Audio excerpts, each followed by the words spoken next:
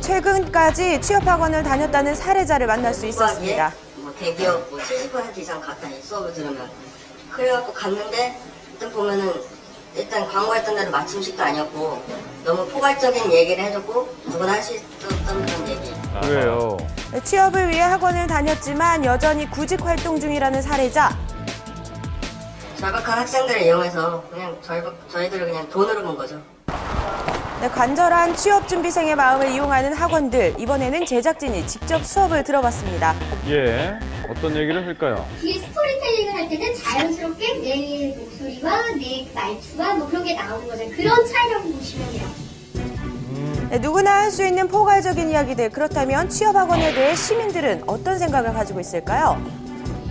면접을 위해서 성형도 하는데 뭐 학원비가 비싸더라도 취업을 위해서 그만큼 절박하니까 그렇죠.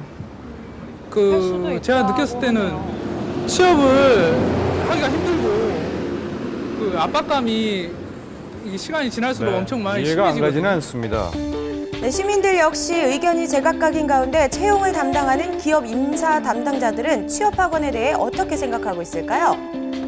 학원에서 알려주는 모범답안들이 다른 지원자들하고 차별성을 저해할 수 있기 때문에 오히려 좋지 않다라는 평가를 내리고 있어요. 예. 고액의 취업 과외를 받기보다는 본인의 역량, 본인의 경험 이런 것들을 녹여내서 인재상에 부합되는 쪽으로 어필할 수 있는 쪽으로 취업 준비를 하는 것이 훨씬 더 네. 효과적이라고 할 수가 있겠습니다. 그렇죠.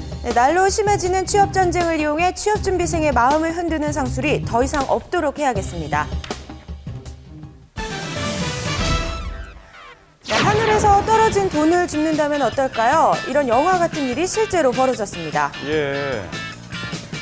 충북의 한 6차선 도로 폐쇄회로 하면 도로 위를 달리는 차들이 멈추더니 하나둘 사람들이 내리기 시작했는데요. 그게 돈이었나 봐요. 그들이 차에서 내린 이유는 바로 이 돈 때문이었습니다. 아이고, 5만 한 원이군요. 운전자가 실수로 차량 위에 지갑을 올려둔 채 운전을 하면서 300만 원을 분실하는 사건이 있었는데요.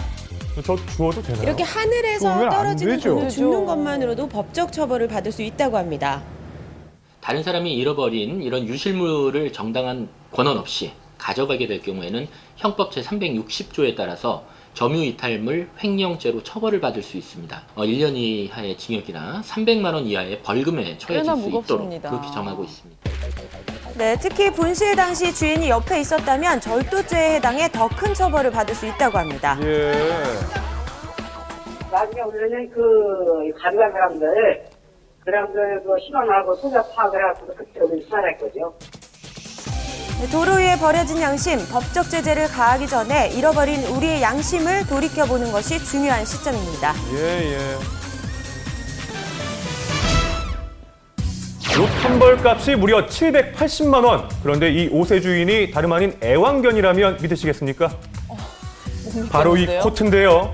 영국에서 강아지 전문 디자이너가 제작해서 고가에 판매 중이라고 합니다. 어머나입니다. 자, 이것은 무려 170만 원에 판매 중인 금박을 입힌 옷, 강아지 수입니다. 아이고, 별게 다 이것도 있네요. 모자라서 이번에는 애견 전용 유모차까지 등장을 하고 있는데요. 예. 자, 그렇다면 이 유모차 실제로 얼마에 판매가 되고 있는지 직접 확인해 봤습니다. 이거예요?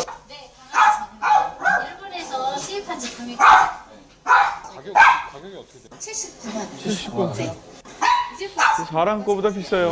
제품이 어제 판매된 것까지 솔트나고 많게는 124만 원까지 호가하지만 없어서 못 팔 지경. 산책 시 매진이에요. 애견을 보호하기 위해서 많이 찾는다고 하는데요. 정상적인 애들은 좀 흙에서도 좀 걷고 그리고 또 약간 콘크리트나 약간 시멘트에 좀 걸어야지 패드에 약간 굳은 살이 배기면서 생활할 때 별 지장이 없거든요. 너무 유모차를 타고 다니다 보면은 패드 약해집니다. 패드가 까져서 피가 나고 또 피가 나서 또 많이 핥다 보면은 질환으로 이어지는. 그 효과보다는 애견주들의 마음을 겨냥한 상품들이 애견 시장에 본물처럼 쏟아지고 있는 상황.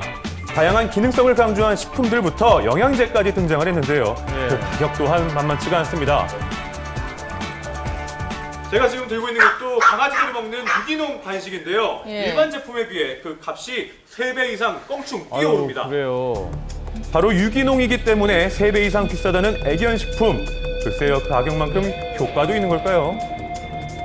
최근에는 유기농 면이다, 순면이다 뭐 이러고 고가의 제품들이 많이 나와요. 그렇게 뭐 별 차이점은 솔직히